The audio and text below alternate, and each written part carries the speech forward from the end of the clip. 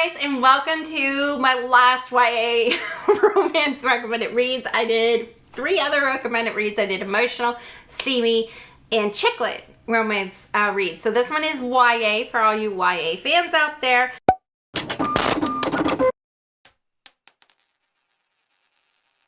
The very first one is American Royals by Katharine McGee. I absolutely love this book. It has a beautiful cover over here. It is a flip society where we had kings and queens instead of presidents in the United States. So they are a royal family, and they are the Washingtons. It's George Washington. You kind of go through a little bit of history, but it's not plagued with history. It is plagued with teenage drama and young adult drama and like new adult drama. These people in the romantic relationships, and I can't wait for the next one to be written, and I'm so excited for it because it left off on a cliffhanger, and it was a really, really good story. I love Katharine McGee, but this one is really, really good, and it is going to be a series, so definitely check it out. The next one is Shuffle and Repeat by Cline. I really liked this story. I read kind of a lot of YA romances last year, and a lot of them were kind of middle of the road. But for some reason, this one really stuck out to me, and I ended up, I think about it still. But this one is a really cute story about a young boy and Shuffle Repeat. They get a car together every day to go to school, and they get to know each other that way, and they make playlists. So a lot comes out and a lot divulges in the story, but it was one story that moved quickly. It was a good YA. It didn't have a bunch of stagnant stuff in it, which I feel like a lot of YA romances do. They kind of add a lot of the other teen drama in, which I don't really want to read about.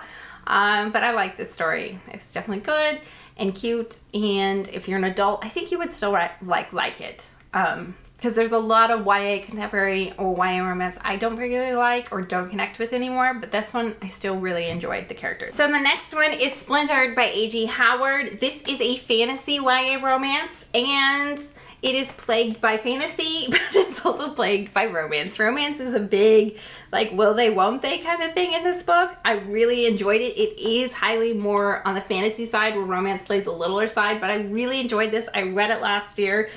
I think I'm going to want to read the other ones. It's about a girl, and she is Alice's great-great-great-granddaughter, and she has a curse set on her, and she goes back into Wonderland to figure out and stop this curse.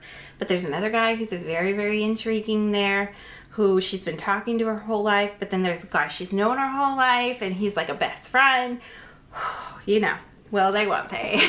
The next one, for all you Outlander fans out there, even though this is YA, you should read it. It is Finding Fraser by Casey Dyer. It's a really cute novel if you love Outlander. It's about a girl who goes looking for Fraser but it's a very young girl. She's 18, I believe. She goes looking for Outlander or young Jamie Fraser of her own in Scotland. She's looking in the wrong places because she's looking for characteristics and not characteristics. She's looking for looks wise more than the actual characteristics of Jamie Fraser. So she goes looking in all the wrong places. She ends up all over Scotland. You get to travel. It's a really, really fun book, and yeah, it's a cute little romance. Okay. I had to run and get the last book because I need to return it tomorrow to the library. But it is Sweet Cute by Emma Lord. This is completely different from Meet Cute last year. That is definitely an adult romance. This is a YA romance, Sweet Cute. This is a very slow burn. It is not steamy. It is so incredibly cute for a YA. I really liked, usually I don't love, I like family dynamics and stuff in romances, but sometimes I don't like it completely plagued with that unless there's a real reason for it. But this one is such a cute setup.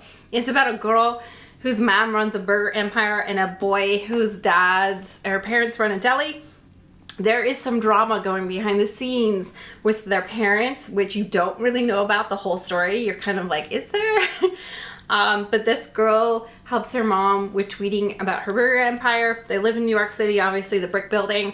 And this boy says her mom stole one of the recipes to put in her burger empire. So they go at a little bit of a Twitter war, makes this deli really, really famous in New York. It's really cute. They go to school together at this uppity school. There's also these other messages, who was sending me these messages. So there's a whole thing going on. I don't want to give too much away, but it is definitely the slow burn. Out of all the ones I read, actually Splintered is pretty slow burn too as well. But yeah, this one is the slowest moving romance, and it's cute and definitely innocent, and I really, really liked it. There's a lot of cooking going on. It will make you hungry for baking, okay? There's a lot of cooking and baking and talking about foods. Whew, it's a lot. It's a lot, guys. I will see you guys in the next one. I hope you enjoyed my recommended romances. Look for new books in March, and I have a TBR coming out in March and a middle grade March TBR because I love participating in middle grade March. I love reading middle grade reads, and I'm so excited for those as well. I will see you guys in my next video. See you guys next time. Bye.